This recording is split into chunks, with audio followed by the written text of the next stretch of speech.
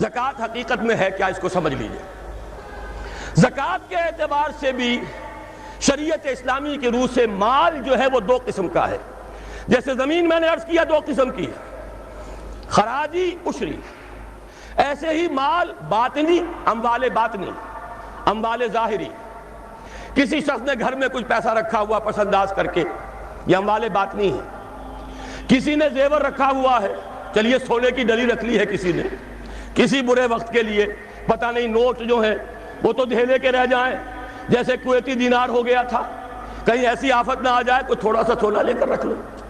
یہ جو گھر میں چھپا ہوا مال ہے یہ اموال باطنی ہے، ان کی زکوٰۃ اسلامی ریاست نظام خلافت زبردستی نہیں لیتی، ورنہ تو گھر گھر جا کے جامع تلاشی کرنی پڑے گی، ٹرنک کھولنے ہوں گے، تکیے ادھیڑ کر دیکھنے ہوں گے کہیں کچھ رکھا ہوا تو نہیں ہے۔ اسلام کا نظام نظام فطرت ہے۔ اموال باطنہ میں آپ کو آزادی ہے، زکوٰۃ دیں جسے چاہے دے دیں، آپ کا اور اپنے رب کا معاملہ ہے، وہاں حساب جا کے دے دیجیے گا۔ اموال ظاہری کی زکوٰۃ جبرن لی جائے گی۔ وہ کیا ہے؟ یہ مال ہے جو دکانوں میں ہے، اموال تجارت، یہ فیکٹریاں ہیں جن میں فنش پروڈکٹ بھی ہے، خام مال بھی ہے، یہ بھیڑ بکریوں کے گلے ہیں، ہزار ہزار بھیڑیں اور ہزار ہزار بکریاں، اونٹوں کی قطاریں، یہ ہے جو ظاہر مال ہے، سامنے ہے، کہاں چھپا کر لے جائیں گے؟ گودام بھی ہے تو وہ گھر تو نہیں ہے، گودام کی تلاشی ہو سکتی ہے، دکان کا حساب لگایا جا سکتا ہے۔ فیکٹری کے اندر اس کی زمین، اس کی مشین، اس کے ٹولز ایگزمپٹ، اس پر زکوٰۃ نہیں ہے۔ لیکن جو بھی مال ہے اس میں وہ دو شکلوں میں ہوگا، یا خام مال ہے، کپڑا بنانے کا کارخانہ ہے تو دھاگا پڑا ہے اتنے کروڑ کا، تیار کپڑا ہے اتنے کروڑ کا، اس کا 2.5% دے دیجئے۔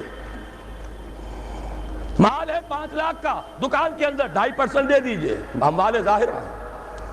اور اس میں اس سے کوئی غرض نہیں کہ سال بھر میں آپ نے کچھ کمایا کہ گوایا، جب تک آپ نصاب کی حد سے اوپر ہیں، چاہے آپ کا اس سال میں آدھا مال گیا، 10 لاکھ کی مالیت تھی، اب آپ 5 لاکھ کے ہیں، لیکن 5 لاکھ پر بھی آپ کو 2.5% دینا ہے، چاہے کمایا ہو چاہے گوایا ہو۔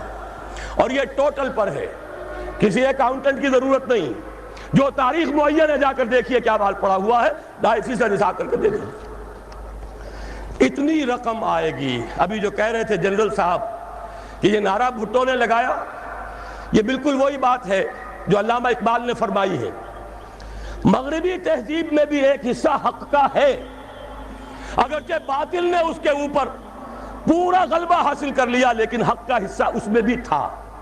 وہ کیا تھا؟ اوہام پر اپنی بات نہ قائم کرو، لا تقف ما لیس لک بہ علم ان السمع والبصر والفؤاد کل اولئک کان عنہ مسئولا۔ علم پر بات کرو، وہم پر نہیں، محض تصورات پر نہیں، محض توہمات پر نہیں، علم پر، موقف تمہارا علم پر قائم ہونا چاہیے۔ یہ بات تھی، انہوں نے لی، توہمات کو ختم کیا، کھول آنکھ، زمین دیکھ، فلک دیکھ، فضا دیکھ، مشرق سے ابھرتے ہوئے سورج کو ذرا دیکھ۔ لہذا سائنس بڑھی، ٹیکنالوجی بڑھی، آئی ان کے ہاں ترقی آئی۔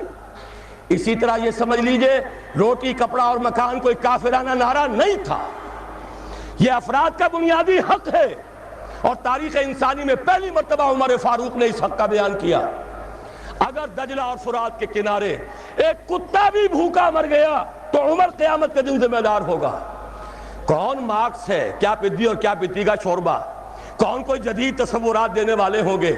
یہ کل کی پیداوار ہے اور آج ختم ہو چکے، آج ان کے چہروں پر کالک بلی جا رہی ہے، آج ان کے مجسمے گرائے جا رہے ہیں۔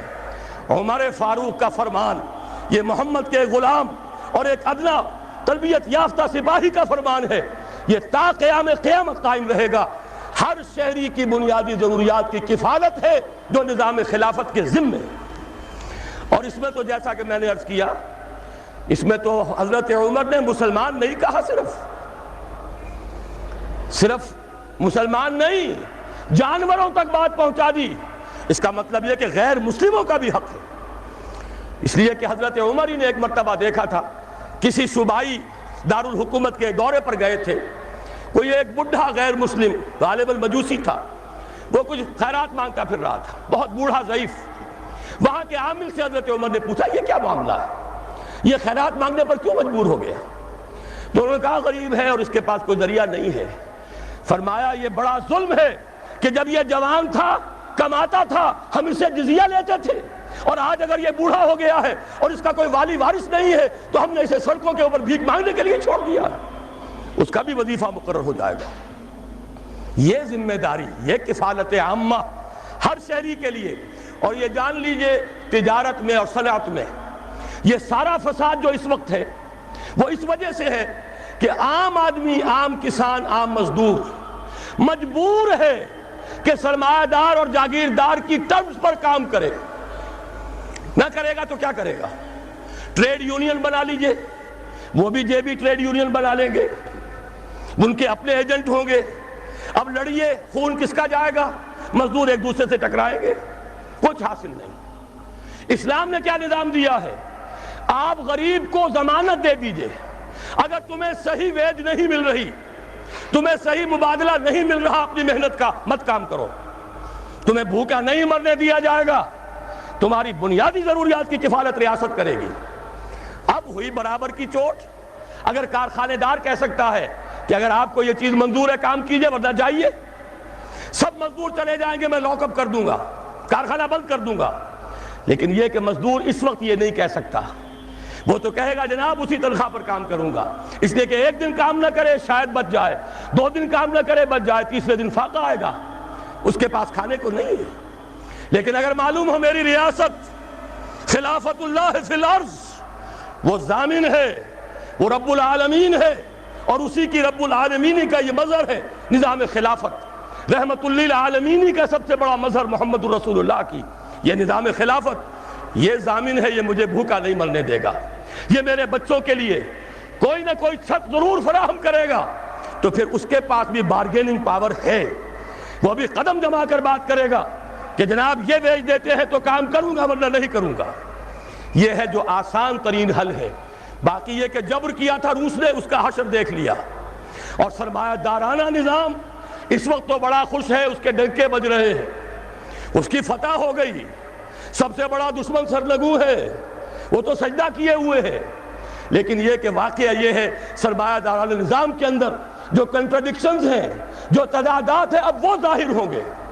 جب باہر مقابلہ تھا، اندر کی لڑائی ختم تھی، اب اندر سے فساد ابھرے گا، اندر سے ایکسپلوژن ہوں گے۔ یہ غیر فطری نظام، یہ غیر انسانی نظام، یہ غیر معقول نظام ختم ہو کر رہے گا۔ کاش کہ اس کی جگہ صحیح، معتدل، متوازن، عادلانہ نظام خلافت، اس کا کوئی نمونہ ہم دنیا کے سامنے پیش کر دیں۔ اس وقت پوری دنیا کی طرف ہماری ذمہ داری ہے، ساری نوع انسانی کے ہم مقروض ہیں کہ ہمارے پاس ہدایت ہے، لیکن ہم اس پر خزانے کا سانپ بن کر بیٹھے ہوئے ہیں، نہ خود عمل کرتے ہیں نہ دوسروں کے سامنے نمونہ پیش کرتے ہیں۔ یہ خلافت کی تحریک اسی لیے ہے، یہ سارے نظام کو بدلنا پیش نظر ہے۔